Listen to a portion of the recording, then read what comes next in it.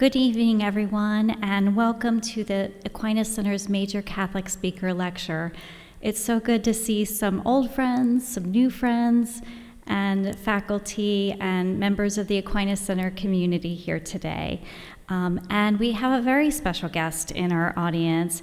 The Most Reverend Bishop Ned Schlesinger is here, so welcome and thank you for attending tonight's lecture.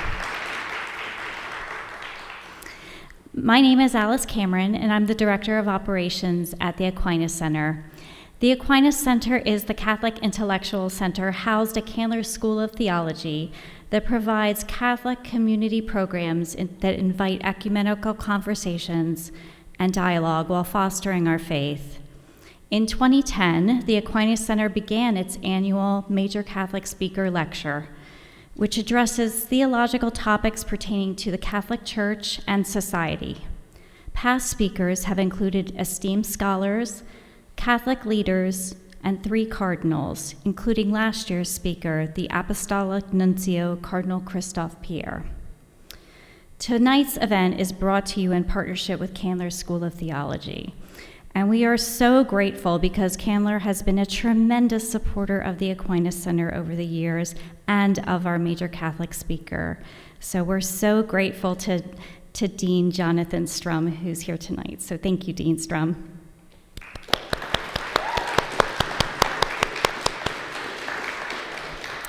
And lastly, before we begin tonight, I would like to take a few moments to recognize our friend and colleague, Dr. Gregory Hillis. As many of you in the audience are aware, Dr. Hillis served as the executive director of the Aquinas Center for a little over a year and sadly passed away this past October. But Greg was extremely excited about his work with the Aquinas Center and especially about tonight's talk. And more than that, he was overjoyed to bring Dr. Anna Rowlands to Candler. So we are so grateful for all of Greg's work and his contributions to make tonight possible. And it is in that spirit of gratitude and remembrance that tonight's lecture and our entire year of programming is dedicated in his loving memory. So thank you. And we ask that you please continue to hold his wife, Kim, and their 3 boys, Sam, Isaac, and Leo, in your prayers. On behalf of the Aquinas Center Board of Directors and staff, it is a deep honor for me to introduce tonight's speaker. Dr. Anna Rowlands is the holder of the St. Hilda Chair in Catholic Social Thought and Practice at the University of Durham. She is a political theologian who works at the interface of political and social theory and Christian theology. Her original training was in the social and political sciences, followed by postgraduate degrees in theology. These interests coincided with her research over the last 15 years in 2 other areas: the study of forced migration and the ethics of migration and the tradition of Catholic social teaching. And she is published in all of these areas. Dr. Anna Rowlands serves as a theological advisor to the Vatican's Office for the Synod of Bishops. She has spent 2 years working with the General Secretariat of the Synod and the Dicastery for Integral Human Development of the Holy See. In addition, Dr. Rowlands' work supports the research of the Holy See's Dicastery on matters of politics, economics, climate, and migration. Please join me in warmly welcoming Dr. Anna Rowlands as she presents Casting Our Nets, the Vision and Challenge of the Synod on Synodality.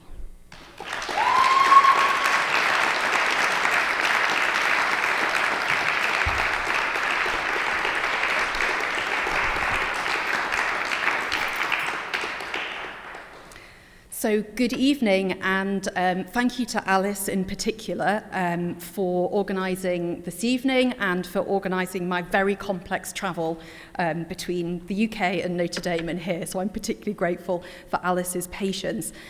I obviously do also want to honour the memory of Greg. I remember Greg calling me to ask me whether I would come to Emery. And his sheer enthusiasm for what the Synod represented. So I cannot think of a better tribute to Greg than the very topic that we're talking about this evening. And finally, I feel I should apologise that I've brought you British weather. So the good news is I leave tomorrow. And it'll get better, apparently. So, the title for my lecture this evening, as Alice said, is Casting Our Nets. You'll need to be patient because the casting of the nets comes at the very end. The vision. In an article published in October 2024 in an Italian secular newspaper, church historian Alberto Maloni argued, and this is where I need to remember I've got slides, but we don't need it just yet. Alberto Maloni argued to have surmised that the game of the post-conciliar church was synodality is the credit that history will give to Pope Francis. Whether one supports or opposes the synod, it is clear that Pope Francis believed that the church can only live out its calling in this generation by embracing the practice of synodality, not just the theory of synodality, the practice of synodality.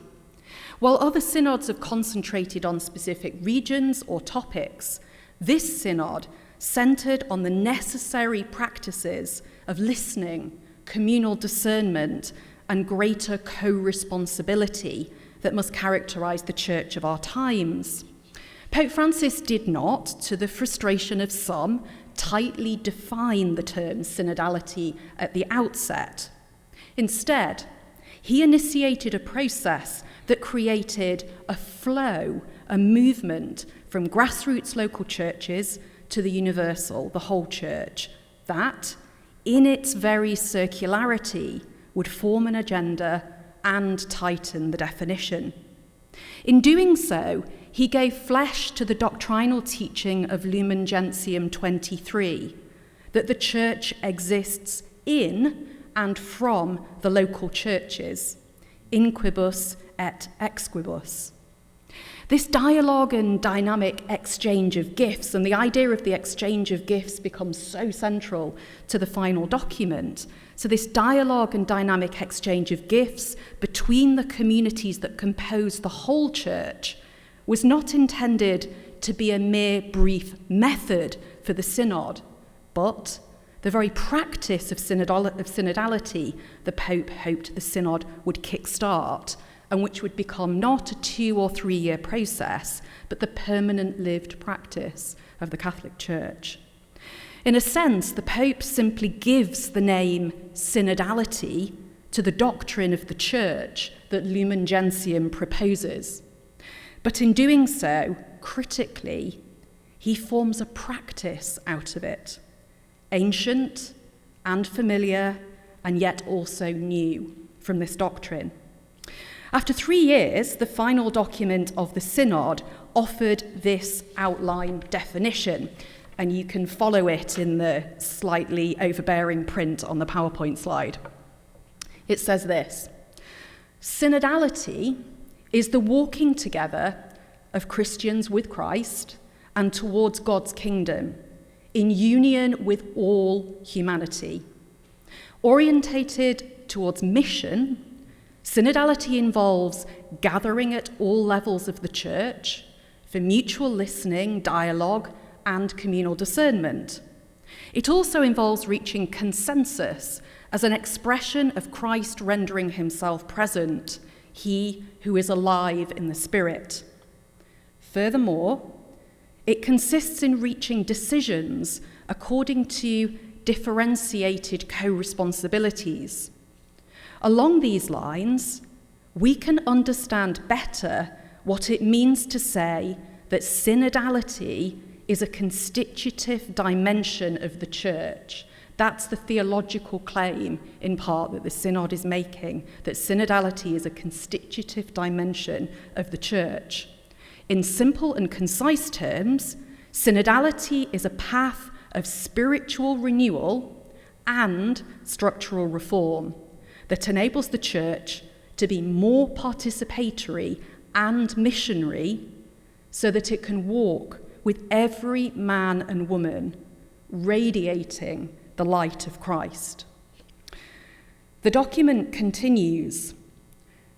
Synodality is the specific modus vivendi et operandi, the mode of living and operating of the church, the people of God, which reveals and gives substance to her being as communion, when all her members journey together, gather in assembly, and take an active part in her evangelizing mission.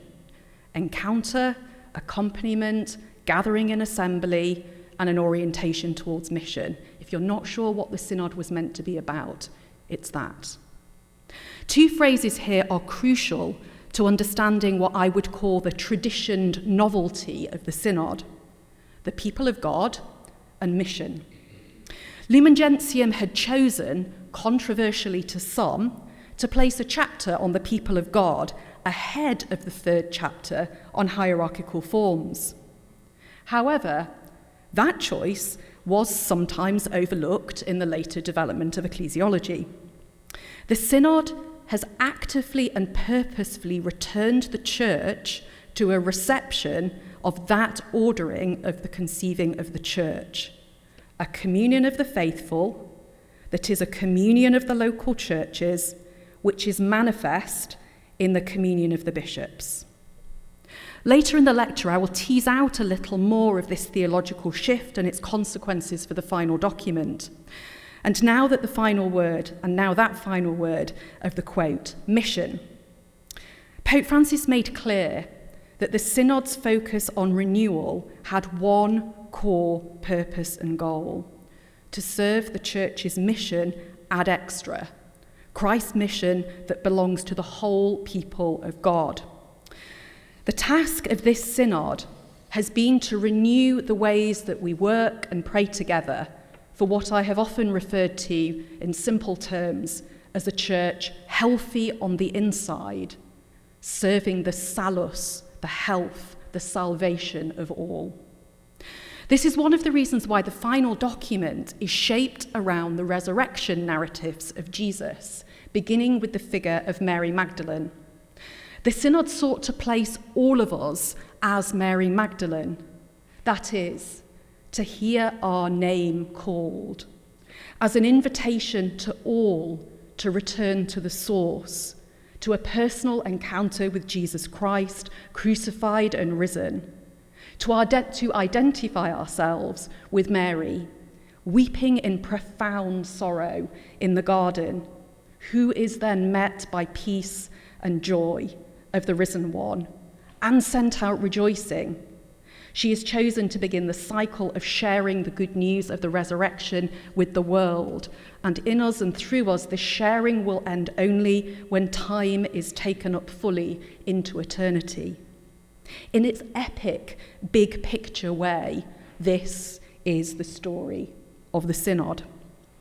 With the dogmatic constitutions Lumen Gentium and Gaudium et Spes as its guides, and with a renewed pneumatological focus on the Holy Spirit, on the question of what the Spirit is doing in our own times, the Synod has asked, how can we be embedded ever more deeply in every place and every context, and converted continuously into this practice of evangelizing mission so that every soul who genuinely seeks to know the good can find it, and with it, a home that is a true dwelling for body and soul.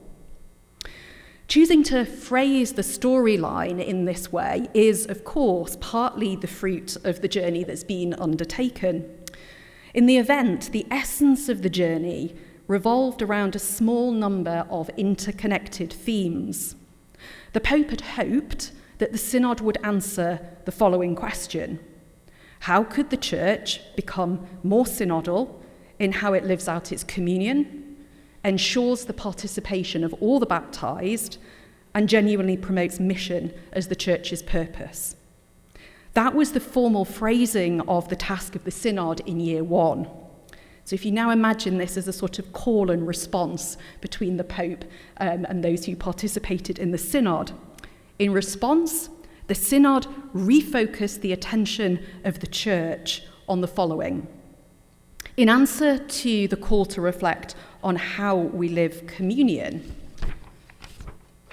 the Synod replies that we need a deeper appreciation of the fundamentally relational nature of the Church, thinking about this relational framework not only at an interpersonal level, but as the relation between ministries, between local churches and with other Christians and with those of other faiths. In response to the desire to enhance the participation of all the baptized, the call, the Synod replies, we need to renew our emphasis on baptism and on pneumatology, alongside our Christological focus on ministry.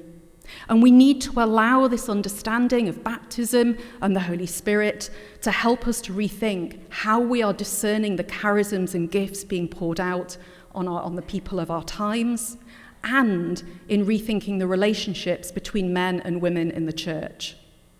In response to the call to contemplate mission in our times, the Synod replies, we need to deepen our awareness of the substantial relevance of place, of context and culture in the Christian life, and in understanding God's revealing presence in history. Other themes emerged too, particularly in response to Pope Francis's call to be a listening church.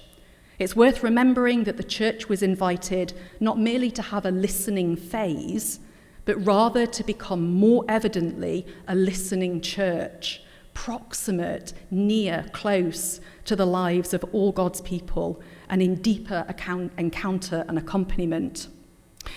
The call to be a listening church also underscored the pastoral and theological importance of discussing the church in terms of home, to have a home, to feel at home, to ensure others have a home and feel at home in the church.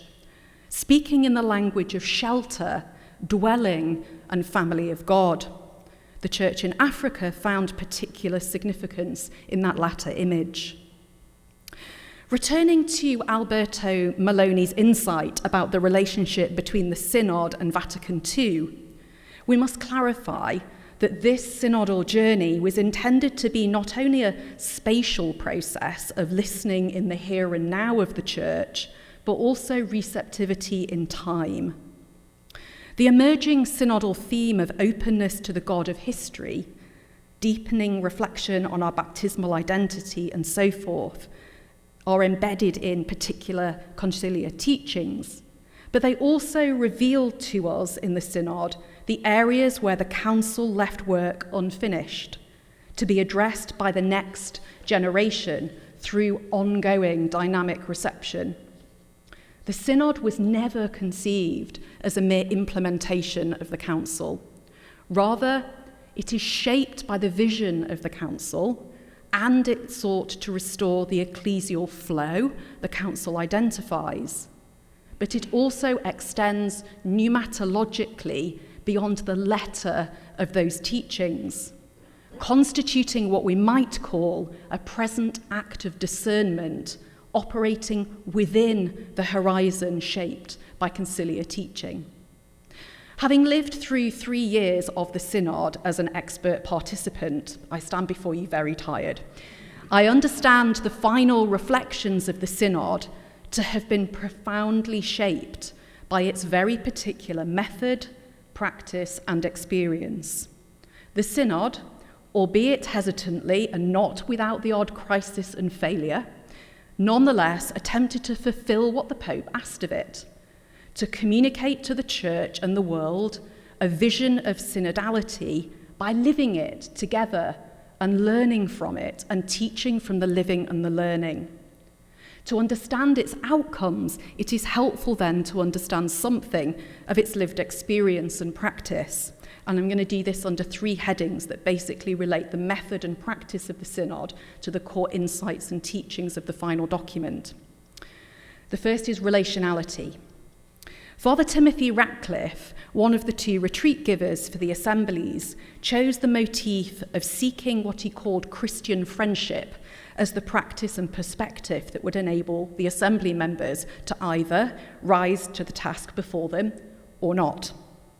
He noted wryly that this kind of narrative, where we came to Rome to make better friends with each other, would seem very weak and insubstantial to the outside world, a very unmarketable sell to the media hungry for adrenaline headlines, and equally unremarkable and even scandalous to those impatient for various forms of change or for an assurance that no change would happen at all. Yet, not only were Father Timothy's comments entirely correct, in my view, they presaged one of the key points of convergence to emerge from the entire process: the centrality of the category of relationships to all figurations of the Church's life, and the peril of our forgetfulness of this truth. Structures and processes serve the basic relational reality of the Church and not the other way round. To quote the final document, we heard throughout the process the call for a church with a greater capacity to nurture relationships with the Lord, between men and women, in the family, in the local community, among social groups and religions, and with all of creation. The reports from the grassroots local churches in the first stage called specifically for the nurture of relationships through engendering a deep sense of welcome and accompaniment, the fostering of relationships of co-responsibility via greater participation of all, improved discernment of the charisms present and the ministries required for mission in our times, enhanced trust, a theme we'll come back to, in ecclesial relationships through greater accountability and transparency in the governance of church matters, the restoration of relationships through the healing of wounds and justice necessitated by all types of abuse. Fascinatingly, the local churches across the globe spoke with what I consider to be profound insight, honesty, and sadness about the social divisions within the church that too often mirror rather than provide a countercultural witness to those of society. This was genuinely across the globe in different manifestations. There were just different names for those social divisions, but it was an astonishing rising to the surface of this lament. And those were named as social divisions of race, of class, of tribe, and of gender. Also, one of the key themes that I think didn't get sufficient airing in the final document was the reality of exclusion of those with disabilities that came up across every continent. The reports also requested better provision for formation in faith, and if there was a genuinely single cry from across the church, it is for formation. For better formation, more readily available formation that enables people to deepen their relationship with Jesus Christ and with each other, and for forms of pastoral accompaniment that are suitable for our times, particularly and strikingly in supporting families as intergenerational communities, so not just one-to-one accompaniment, but the accompaniment of families. This is not a form of pseudo-therapeutic speak. As the document states, relationships and bonds are the means by which God the Father has revealed himself in Jesus and the Spirit. When our relationships, even in their fragility, allow the grace of Christ, the love of the Father, and the communion of the Spirit to shine through, we confess with our lives our faith in God the Trinity. Transitioning from the reality of the Trinity to the related but distinct creaturely relationality that shapes the dynamics of the household of the church, to the relationships of mutuality and gift exchange between the local churches and the cultures in which it is embedded, as well as the communities with whom the local church shares territorial space, constitutes the relational flow and movement of the final document. The process and method of the Synod arguably mirrors its eventual teaching. As Miriam Violens, a canon lawyer and expert at the Synod, argues, this Synod gave flesh and bones to the notion that the Church is called to live in a permanent dynamic flow of reciprocal exchange, rather than in a mode of repetition and periodic event. In this mode, the process created grassroots listening, continental assemblies, and I genuinely think this, the continental assemblies proved one of the most interesting innovations of the process because they allowed near neighbours within regions to listen to each other and develop a deeper understanding of how still recent histories, including political histories, shape the landscape of faith and mission. And a synodal assembly was created, which was closer to an ecclesial assembly than the Synod of Bishops. Ecclesial gathering or assembly at every level of the church for communal discernment, fostering basic Christian bonds of relationality and giving flesh to the formal teaching of a whole people of God theology are seen here to be the desirable norm. My second theme, where practice and method relate to the eventual focus of the final document, is baptismal dignity and co-responsibility, which brings me to the changed composition of this synod and the impact of that on its final document.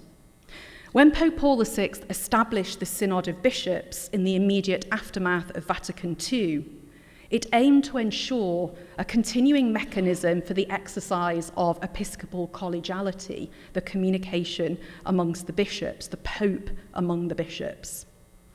This synod would see the Pope among the bishops and among the representatives of the entire people of God.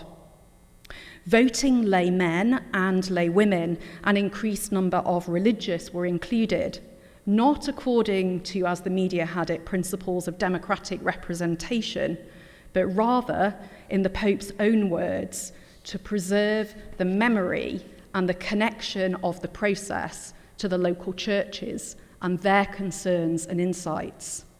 The Pope was restructuring the synod membership to embody that ecclesial vision of Lumen Gentium and to foster the kind of co-responsibility that he wished the synod to address. Again, we were expected to experience doctrine as living practice. This choice required the assembly, of course, to discover a whole new way of working, a whole new way of speaking, to adapt some of its methods of discernment, and to learn how to draft documents in a completely new way. The assembly used roundtables to engage face-to-face structured conversations, placing silence at the heart of conversation, and it didn't pre-prepare a draft document. It placed greater trust in the deliberation and the discernment among the members, guided by the Spirit. That, at moments, was terrifying. That, in turn, required strengthening bonds of trust and respect and hospitable curiosity. It's probably not surprising, then, that this produced a document that begins not with the bishop at the apex of the pyramid and moving downwards, as it were, but a document that restores that order of Lumen Gentium, returning to a threefold ecclesiological emphasis on the ordered forms of communion that constitute the church. First, as a communion of the faithful, which is at the same time the communion of the churches, manifested in the communion of bishops. Neither is it surprising that the process produced a renewed emphasis on baptism as the equal, common root of our common place in the life of the church. The document carefully avoids simple dualisms of lay and ordained, beginning with baptism and then differentiating vocations and charisms, only then with particular reflection on the ordained ministries of bishop, priest, and deacon in that order. It is worth pausing here to read the relevant statement in the final document to appreciate the strength and clarity of its assertion. There is nothing higher than this baptismal dignity, equally bestowed upon each person, through which we are invited to clothe ourselves with Christ and be grafted onto him like branches of the one vine. The name Christian, which we have the honour of being called, contains the grace that is the basis of our life and enables us to walk together as brothers and sisters. That's one of my favourite extracts from the document. This statement also frames the relationship interestingly and innovatively, and this is where the text, in a sense, uses the doctrine of Vatican II, but then, in a sense, ties it and moves it together, reweaves it in a way totally orthodox to the Council, but to offer new insight. So this statement also frames the relationships between men and women in the Church. Here, the text takes an established baptismal ecclesiology and uses it to speak in a new way about the grounds of the equal participation of men and women in ecclesial life. The document presents the radical equality of women and men in the Church, underpinned by an inalienable equal baptismal dignity and a reciprocity of relations. That word reciprocity, the idea of reciprocal relationships, is key to the document.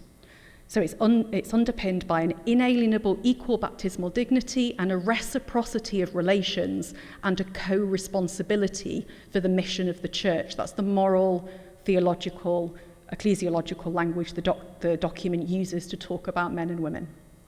This leads the Synod to contrast this vision with the obstacles still faced by many women and to speak boldly about the continued lack of inclusion of women in many areas of the Church's life, where, crucially, provision is already made in canon law, but is simply not implemented.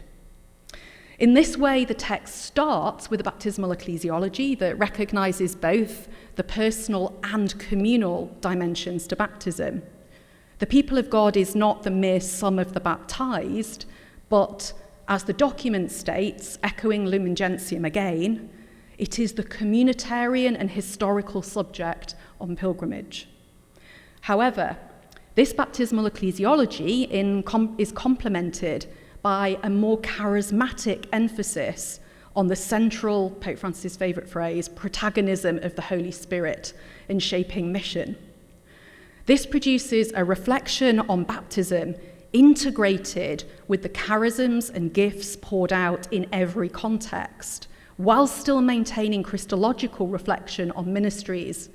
It puts alongside that a greater pneumatological reflection on the charisms, gifts, and vocations of all the baptized. It raises the question of our capacity and willingness to discern those.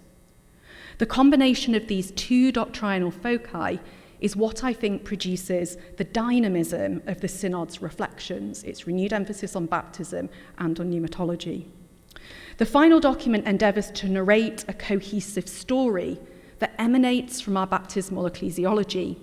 It conveys that in baptism, clothed with Christ, we discover our shared and equal Christian identity. In baptism, we're also placed, and this idea of placedness of culture and context, which I'll come back to towards the end, is crucial. So we have an equal baptismal dignity. In baptism, we're placed to become part of a body, which is given real expression in a distinct local church. We become a community of the baptized, situated within particular cultures and context. In baptism, we are called individually, and we are, and this is again a phrase of the Council which we use again, bound to each other in mutual necessity. In baptism, we're bound to each other in mutual necessity. In baptism, we receive our calling to seek lives of holiness and to mission. We're initiated into the sacramental journey that leads us through baptism to Eucharist, that reveals abundant gifts and charisms, with vocations bestowed upon each person, gifts which must be discerned in community. In baptism, we also participate in Christ's prophetic ministry, summoned to lives of faith and charity, and crucially, the pursuit of justice in the places that we inhabit. Baptism serves as the basis of the relationship that we share with other Christians, and consequently, it underpins dialogue and the exchange of ecumenical gifts. Ecumenism is not an add-on to the document. It's seen as an essential outflow of a baptismal ecclesiology, with the desire re-expressed for full Christian unity. This focus brings to the fore the question of reciprocal relationships. It places all ministries as an expression of relations, and it foregrounds co-responsibility for mission and the need to learn how to practice more communal forms of discernment and reading the signs of the times. It demands, in other words, that we overcome our radical individualism. In short, the document recovers and matures our baptismal theology as the necessary starting point for a vision of synodality that really addresses Pope Francis's three themes of communion, participation, and mission. Just as setting chapter 2 of Lumen Gentium on the people of God ahead of the chapter on the Church's hierarchical forms shapes what follows, so in Pope Francis's words, it serves as an appropriate interpretive framework for understanding hierarchical ministry. In other words, synodality as a practice does not diminish or devalue ministries, including episcopal ministry, but rather enables its fuller expression and its more effective exercise. By placing all distinct and particular vocations, charisms, and ministries within this kind of ecclesiology, the document situates the bishop among the people of God, to whom he equally belongs, shaping his ministry as one characterized by service. Embeddedness, service, mutual entrustment, these are presented as the key themes that the document explores regarding the renewal of ministries. It speaks in this way, I think, for several reasons. One reason is in response to the reflection of bishops and priests during the synodal process about the degree of isolation and loneliness that can, for some, accompany that ministry.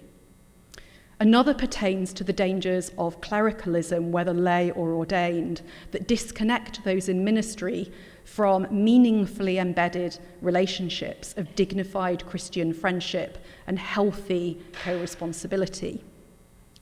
Lastly, it responds to the challenges posed by the realities of the abuse crisis, which have resulted, in addition to great harm to those who entrusted themselves to the Church's care, to distrust and fragmentation of lay and clergy relationships. I want to pause for a moment to reflect on that language of entrustment, because it's almost a passing reference in the final document, and yet I think it's of huge theological significance. We know from social scientific research that when societies confront a crisis of trust, a condition well evidenced in our current political and ecclesial cultures, trust cannot be regenerated simply by urging those who distrust you to try harder and trust more. Nor can that goal be achieved by merely overwhelming people with information or facts. Human beings are not like computers. Instead, unlike machines, we are relational and social creatures, formed for relationships based on promise and reciprocity, and we're drawn towards what we perceive to be desirable goods. Information alone does not buoy our trust, nor does it enable us to weather stormy seas. From family relationships to doctor-patient interactions, our human connections rely more on mutual confidence than an abundance of information. This confidence empowers us to act, to assert our freedom, and crucially, to use it wisely. The intricate process of rebuilding broken or lost trust demands greater accountability and transparency for sure, as the Synod's final document emphasises. However, I think that we need to be cautious in how we interpret that call. A British philosopher, Honora O'Neill, who is a theorist of trust, a philosopher of trust building, writes this: if we want to avoid this unfortunate spiral of distrust feeding distrust, we need to think less about accountability through micromanagement and central control, and more about good governance, about limiting deception. From a Christian perspective, the appropriate language for considering how we respond to a crisis of trust is to recognise that in Christ we are mutually entrusted. So I want to say that the Christian language for thinking about a crisis of trust is to think again about the language of entrustment. Our commitment to good governance and the minimisation of deception is rooted in our understanding of mutual entrustment. The Gospels teach us that health arises in community from a logic of mutual entrustment. The question becomes, to whom am I entrusted, and whom is entrusted to me? This lies at the heart of the fundamental question God poses to humanity in the Scriptures, following the second great fracture of humanity. Cain, where is your brother? This is not an innocent question. It encapsulates the dynamic also at the very foot of the cross, as Christ's broken body is as Christ's body is broken under torture.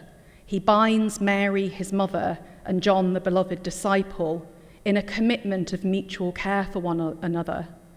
From the cross, he entrusts them to each other as everything around them falls apart and is transformed. Our systems of governance, of canon law, and our pastoral and spiritual practice are shaped by this duty of mutual entrustment which our ministries serve. Insofar as we are accountable, we are surely held accountable for this. Did you feed your neighbour? Did you heal the suffering? Did you help bring about justice for the afflicted? And did you bring the message of salvation to all you could? This provides the context for understanding, to my mind, the Synod's call, not only for a renewed sense of ministry as an expression of service and entrustment, but also for new processes of decision-making and discernment alongside greater accountability and transparency. My third and final theme of how the method and practice of the Synod relates to the themes of its final document. The title of one of the final sections of the document is Firmly Rooted Yet Pilgrims, a reflection on place, context, and culture. This chapter reflects on the significance of place, context, and culture in the local churches regarding our expression of faith, and it commences as follows. The proclamation of the gospel awakens faith in the hearts of men and women and leads to the foundation of the church in a particular place. The church cannot be understood apart from its roots in a specific territory, in that place and time where a shared experience of encounter with the saving God occurs. This local dimension to our church preserves the rich diversity of expressions of faith that are grounded in a specific cultural and historical milieu. The communion of the local churches is the expression of the unity of the faithful within the one church. This local dimension of the church is retrieved by the Synod as critical to our Christian lives. Yet the document notes that urbanization, migration, and the rise of digital cultures are redefining the meaning of local and of place. These evolving dimensions of how we experience locality and place, the document says, necessitate new missionary approaches and a deeper pastoral understanding of our formation in environments where we often find ourselves now as individuals with multiple roots, whilst also navigating various forms of loss. It acknowledges rootedness as a fundamental human need and explores how the local church can serve amidst this flux as a home, as a form of rootedness whilst on pilgrimage. The document continues. When it is not thought of as a closed space, inaccessible, to be defended at all costs, the image of home evokes the possibility of welcome, hospitality, and inclusion. Creation itself is our home, our common home, where members of the one human family live with all other creatures. Our commitment, supported by the Spirit, is to ensure that the church is perceived as a welcoming home, a sacrament of encounter and salvation, a school of communion for all the sons and daughters of God. The document strongly emphasizes the importance of taking the diverse cultural expressions of faith in local churches seriously, and I cannot emphasize strongly enough the importance of vivid and life-giving contributions from the church in Asia and Africa to the formation of this sensibility in the Synod, and the strength of the emphasis on the need for real forms of gift exchange between very local churches right to the level of the whole church. This embraces a dual movement that values the specificity of communities, the plurality of people and nations that one day will be presented before the throne of the Lamb in the words of the book of Revelation. Just as importantly, it actively seeks to protect the unity that underlies this plurality. This dual movement enables true Catholicity to thrive, and the document makes clear that it is the particular responsibility of the mission of the ministry of the Bishop of Rome to protect both that plurality and that unity. The final document also clarifies that this vision of a community capable of embracing the gifts of plurality, navigating the real tensions and differences that can arise, and fostering unity is not solely a practice that we pursue for the sake of the church, but also as a service to the world. To quote from the final document, I think one last time, "We live in an age marked by ever-increasing inequalities, growing disillusionment with traditional models of governance, disenchantment with the functioning of democracy, increased autocratic and dictatorial tendencies, and the predominance of the market model without regard for the vulnerability of people and of creation. The temptation can be to resolve conflicts by force rather than by dialogue." Pope Francis's message issued today also uses the same language specifically. So the temptation can be to resolve conflicts by force rather than by dialogue. Authentic practices of synodality enable Christians to be a critical and prophetic voice over against the prevailing culture.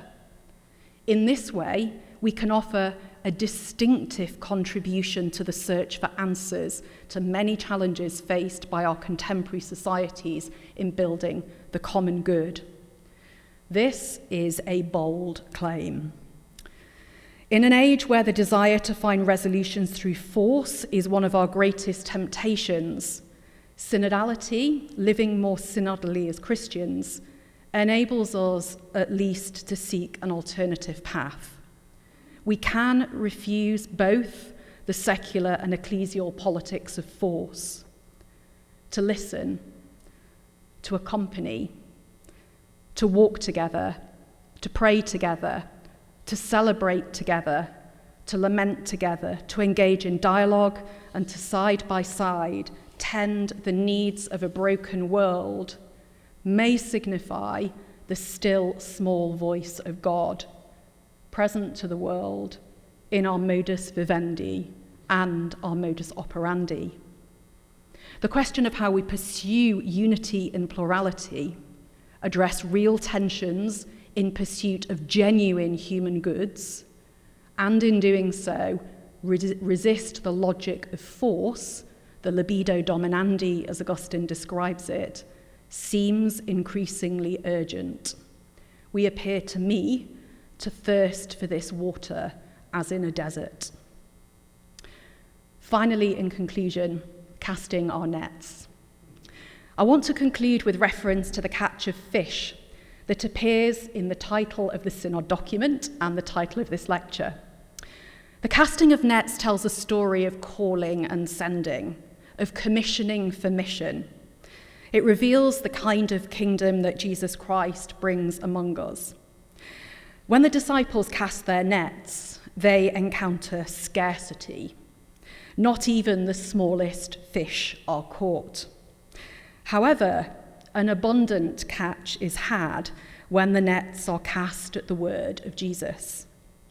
Crucially, in theological terms, this catch, teeming with life and stretched to the limit, crucially does not break the net.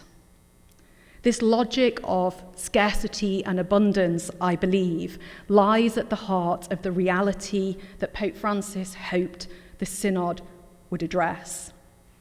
To believe we are called in every age to the task of mission is also to believe in and trust the abundance of life given to God's people, that the Spirit pours out on us in every generation what we need for service to the gospel and for the good of the world. The challenge the final document makes clear is simply our openness to faith in this abundance and our collective discernment of this reality. How are we recognizing the gifts that the Spirit is bestowing in the church of our times? How will we challenge this logic so pervasive of scarcity? It's equally true that, somehow lost my, I was right. It's equally true that in every generation, the church is called to reflect on the conditions of plurality and unity, as I've said, the vast intercultural reality that forms the body of Christ and sustains it. This life of communion, characterized by a profound reciprocity of relationships cultivated in health and vitality through the sacraments and a shared teaching, urges us to pose challenging questions regarding the pastoral, theological, and spiritual contexts that nurture and nourish this life. Pope Francis urges us in every local church and region, in the spirit of this casting of the nets, to be courageous enough to embrace our differences, learn from our peripheries, and dare to explore the vibrant life of the church, trusting that the nets will not break. Jesus' call in the passage was to send the fishermen back out together to bring in the catch of fish. He renewed their collective endeavour and called them to something new together. Finally, the story of the casting of nets also encapsulates a narrative about fear and its overcoming. Simon Peter's response to the miraculous catch is to recoil from the power of God's action in the world, driven by fear or a profound sense of unworthiness. A sense of what I would call doxological terror seems to grip Simon Peter, whose immediate reaction is not to rush to the Lord in joy, but to confess his sinfulness and request to be released. He is afraid of the power that he has witnessed. Engaging with the question of what binds us in fear has similarly been part of the spiritual journey of the Synod. Jesus' response to Simon Peter is not to judge him for his fear, but to liberate him from his fear, enabling him to move from the urge to flee to the decision to lower his nets and follow Christ in freedom, in courage and with conviction, as an imperfect and flawed disciple, just as he, like us, will be. So the Synod, in proper conclusion. This is a quote from my colleague Miriam Rowlands. Rooted in the doctrine of Vatican II, the Pope invited the Church to reflect on how the different members of the people of God, in the light of their baptism, as well as their charisms, vocations, ministries, offices, and tasks on the one hand, and in the light of the context with its needs and possibilities on the other hand, best discern together how the mission entrusted to the Church can be more credible and effective. Her analysis is also that much of the Synod's success will lie in what's happening now and in the next months and years, in the implementation phase. So much of that phase, this phase we are now in, is focused on the level that you and I inhabit: parishes, movements, associations, and dioceses. It is in these places, the spaces where the Church experiences itself as most concretely in relation, as a communal subject on pilgrimage, that the implementation will be most critical. It's the capacity to look again in each local context at the quality of our Christian relationships, our Christian friendship, our capacity for discernment in common, across and bearing with tensions, differences, seeking to overcome conflicts, and to see with gratitude, even if also some doxological terror, the abundance of charisms and vocations that the Spirit is surely in this age as every other pouring out amongst us. That is, if we have eyes to see and ears to hear and limbs willing to embrace those with whom we are called to walk. Thank you.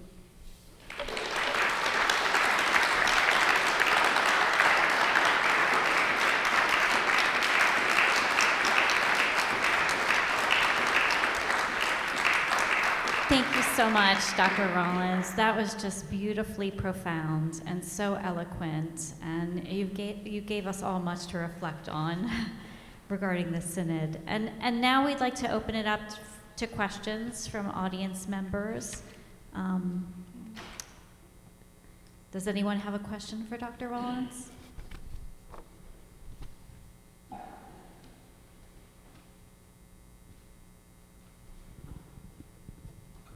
Thank you very much, Dr. Rowlands. I'm a pediatrician here in town, and my work involves working with migrants a lot. Uh-huh.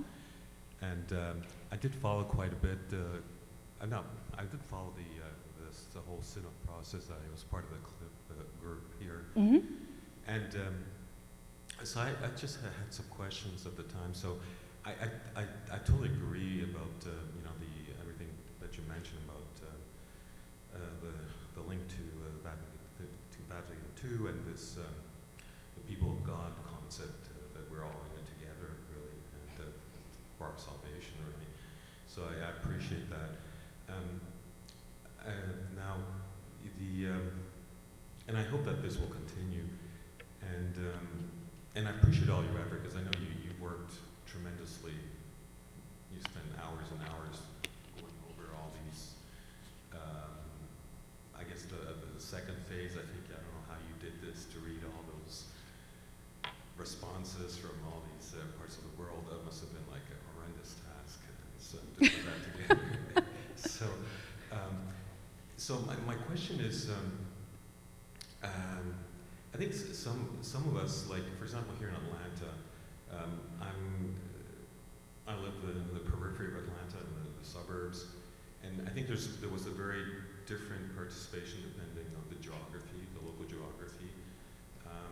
Also, like for example, the migrant community, I guess through language barriers or whatnot, was not participated very strongly.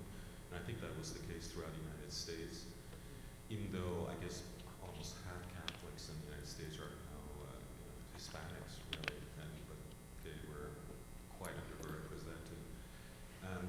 And so, how do you address this concept that how could that be maybe a little teaching moment for moving forward in terms of listening? And so that would be one question. The other question was a bit the process of itself. This was a huge project, and one thing that's, I think some people have asked, like for example, the cost. I mean, who paid for it? How much did it cost? Who put this together? I mean, because obviously there was the theology didn't come from. This was like there was a concept of marketing So there's also been some expert advisors in doing these type of social work, a social project. So who were expert?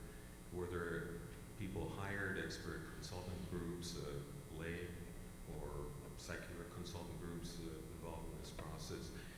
And that'd be nice to have this kind of information. I think it would be good for people to know that, oh yeah, I mean, yes, of course, this costs money, this is how much money it costs. Those were some experts, we're not expert in everything. This is the different groups that we consulted and hired to advise us. I mean, is that kind of information going to be made available? Thanks. Sure. So I'll deal with them quickly in the order that you asked them. So very obviously, participation in the listening phase of the synod, the initial listening phase, was very, very uneven within countries, within dioceses, and also sometimes even between regions. So on the one hand, people asked at the time, well, it's not sociologically valid because there isn't a kind of sufficient participation rates in some places for you to say that you have a kind of overview of what people believe. If it was a sociological survey, that would be a major issue, and it genuinely would be. However, it was not a sociological survey. And what is striking, as one of the very few people who read all of the reports that came in for the first stage that led to the continental document, is the extraordinary echoes between vastly different cultural, social contexts, such that it was really difficult to feel, frankly, that the Spirit was not in that process. The real absent voices, so yeah, we can talk about different levels of participation. The most striking thing to me was the absence of the voices of priests in the initial consultation stage, and that troubles me more deeply than whether one parish participated and another didn't. So what comes through when you read the grassroots reports is the voices of the laity, of religious. Bishops have their own voice in the process in a different sort of a way, but that's another interesting question in itself. But to my mind, the single biggest and most worrying absence was priests feeling confident to speak for themselves about the reality of their priestly ministries and calling. And that there's a variety of reasons, in my view, for that. There isn't a single reason, but that's the absence that actually concerns me most. In terms of your question about the peripheries, the grassroots reports in the first stage are really striking. They say, we were asked by Pope Francis to make a priority for listening at the peripheries and the social margins, and we found it really hard. And my own view is that it's really hard to go into a context where you don't have established relationships and try and extract information from people. Why would they do that? The question is how you form dignified, reciprocal, solidaristic relationships on an ongoing basis, and the listening and the hearing and the speaking will come through that. And so many contexts confronted the reality that that's a challenge.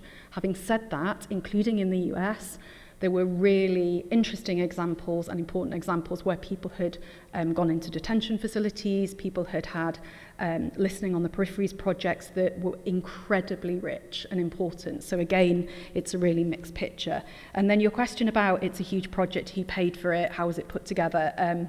Well, first of all, I don't know how much it all cost. I don't even know if the Vatican knows how much it all costs, because I'm not quite sure how you would actually work it out, given the different bits of the system.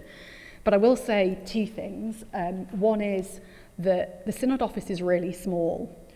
Poor Cardinal Greg ends up running the largest listening process in the history of the Catholic Church out of the office of the Synod of Bishops, which is meant to run these occasional Synods of Bishops that happens.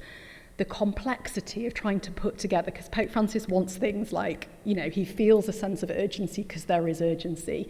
So you cannot imagine the scale of the infrastructure this tiny office is trying to then put on this huge process. So no, they didn't buy in lots of secular experts. In fact, I'm not sure they bought in any secular experts. People mainly gave their time for free. And the experts who accompanied the Synod, who were all publicly listed, So all of the participants, including the experts and the facilitators, are all on a single list produced by the Pope, and that can be seen online. So you can see exactly who they were. They're broadly globally representative in terms of there was a mix from every continent and a mix of people from different theological and non-theological backgrounds. But that list is at least publicly available. Sure.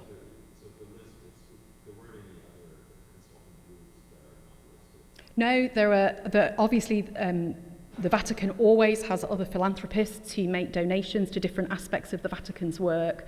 Not all of those will be publicly listed, but yeah. I mean, you can ask the Synod office whether it wants to implement complete transparency in light of its own final document. I'll let you email them and ask them that. And we have another question right here. Yeah. Thank you for your speech, and my question perhaps is very simple. The Church is very good in providing solutions, and usually the Church really formulated in a very, very nice, very long text, and very difficult, with only some people who are going to have a basis on, all this kind of a term has a kind of another background. We are going to understand theology, to read all those things. But my question is this, actually, what is the question? What is the problem? What is the crisis? I think you mentioned a couple of things regarding what triggers the synod, the meeting itself. What triggers in the church? Or should we read, well, synod is working together. Should we read, actually the problem is that you don't work together. You see, you read the synod walking together. That means the problem perhaps, the crisis is you don't work together. And I think it's, perhaps I just want to put it shortly. What is the trigger? What is the problem? And I think I saw you, that's just a problem of trust, a problem of relevance in the church, a relevance of the church, not in the church, of the church itself. If you go to Europe and you see, you can see it. In America, perhaps different, you know. But okay, that is, what is the cause? What is the trigger? What is the primary cause of the crisis itself, according to you? So I think Pope Francis would say that although we dwell, especially given the times we live in a moment where the word crisis is all around us, I don't believe myself, speaking totally personally, that Pope Francis called the Synod and Synodality for reasons of crisis. I would express it in a more positive term, which is the nature of the Christian life is that we're always in need of conversion. There is never a point where we are not in need of conversion, to be conformed more to the life of the Gospels and to the person of Jesus Christ. And so the Pope's vivid sense, I think, is that the call of the Church in our times is to be more converted to this capacity to be drawn into relationship with each other, to learn how to better build a common life so that we are able to draw in a humanity deeply wounded and deeply harming its own environment for the sake of salvation. So in a sense, the Synod on Synodality is him crystallizing how he hears the call for conversion, which is the call of every generation and age, and has a particular manifestation given the way we live in our own age. And I think Pope Francis looks at the way that he thinks we live in this time, and he thinks we don't know how to live well together. So he believes that there is both a relational richness and call, the abundance that's at the heart of the life of the church, the Eucharistic community, and there is also a relational poverty. that has to be addressed at the heart of our community as well. And we live with that dual reality of this promise and this reality, but also this call to conversion. And he thinks that the practice of synodality, learning how to do this in local churches, to build relationships, to ask what's the quality of Christian friendship in your local church, to think about the relationship between local churches and the diocese, between local churches in different parts of the world that build up the whole of that body. He's interested in that conversion and renewal that he believes will issue forth a missionary energy for our times. And he sees no other way than going through that. And that's partly because the one element of crisis in particular that I think he thinks is a particular issue, and he's picked up on it across his papacy, relates to our ability to manage conflict and deal with differences and the question of polarization. So if there's a crisis for him, it's in that area, in our ability to negotiate the common good and common lives. And he thinks that the practice of synodality creates what he calls, not in the synod document, he calls an overflow moment.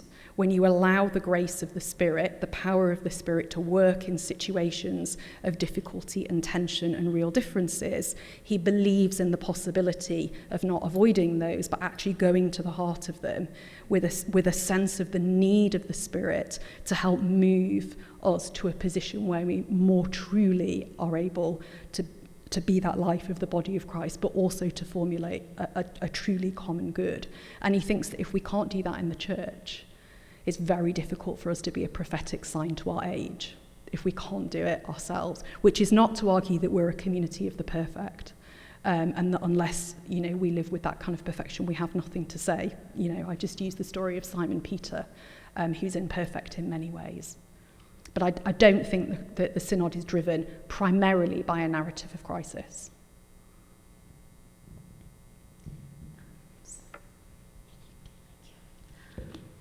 Dr. Rowlands, thank you so much. Your presentation packed a wallet. Thank you. Gave me a whole lot to scribble about and chew on later. But there's so much that you've kind of spurred up while you were speaking. So I just want to address you guys as fellow Catholics. So I'm a recent revert, and this last year has been a wild ride.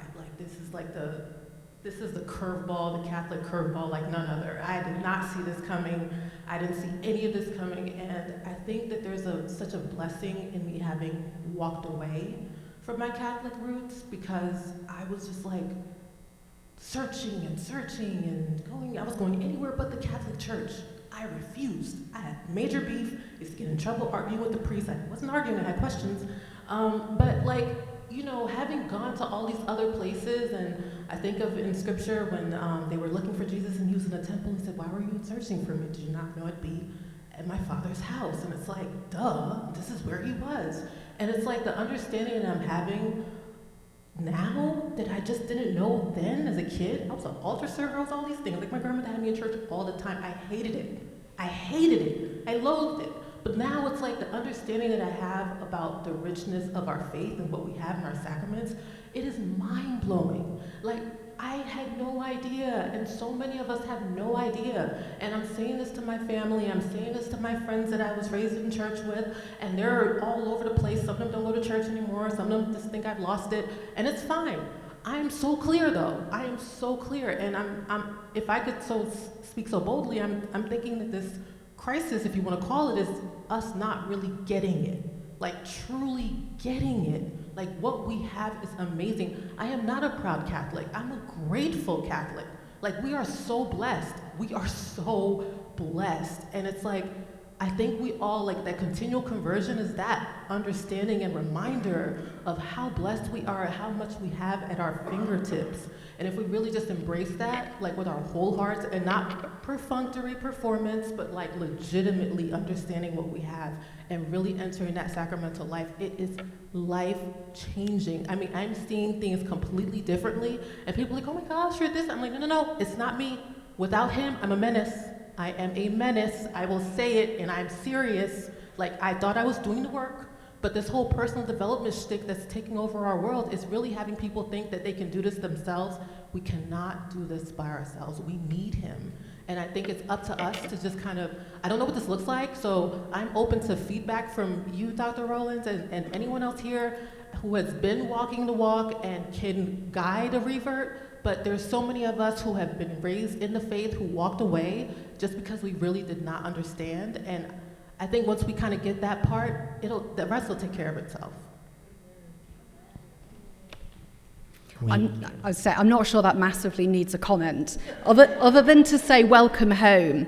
And the other is to say that your language is really important, and that this is the gift, if you like, to be able to speak in a language of blessing, of gratitude. These are countercultural words. The capacity to be in this moment and to think about that framing for your moral imagination. Hold tight. So we'll take one last question.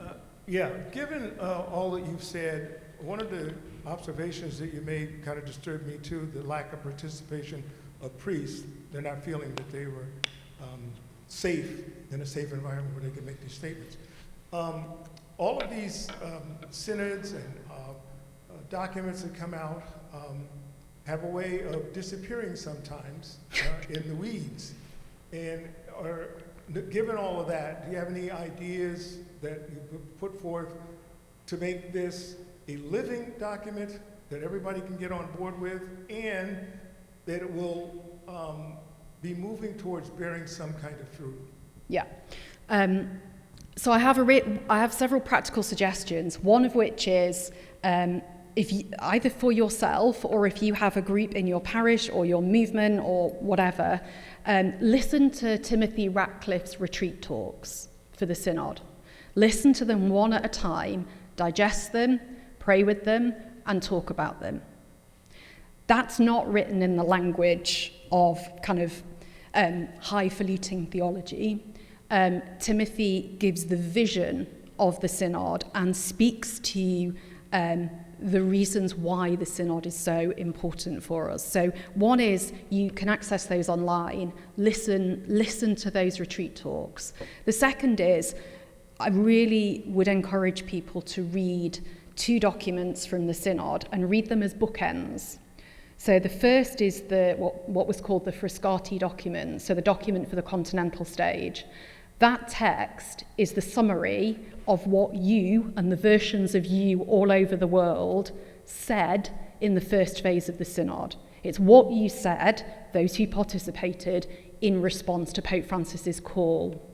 Then read the final document and think about the conversation between the continental stage document and that final document as call and response. And in the final document, there is both vision and there are also incredibly practical, already totally concrete things that can be done right now. But a little bit in the spirit of what we just heard over here, so much of the document is a call for a shift in mindset. The question of, but we just don't seem to get it. So lots of people sort of filter the document for, okay, well, what does it say about how it's going to change the way bishops are appointed, or what happened to women deacons, and there's a kind of anxious fix, and by the way, those are all important questions, but there can be a kind of fixation on the technicalities that blocks the reception of the vision, which is of a conversion of mind and heart and spirit. So let the document seep in terms of that call to conversion and mindset, which is fundamentally communal, and if it's nothing else, it is a challenge to the radical individualism that isolates us and breaks us. And then read the practical recommendations, and you can work out what your diocese and your parish is also meant to be doing.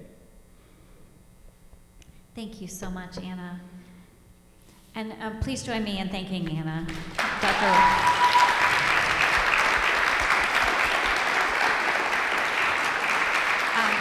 So we thank you all for being here tonight and coming out on this very rainy, cold evening. And we would like to extend a warm welcome for you all to join us downstairs for a dessert reception. And so we hope you'll join us, and thank you all for being here tonight. Thank you so much.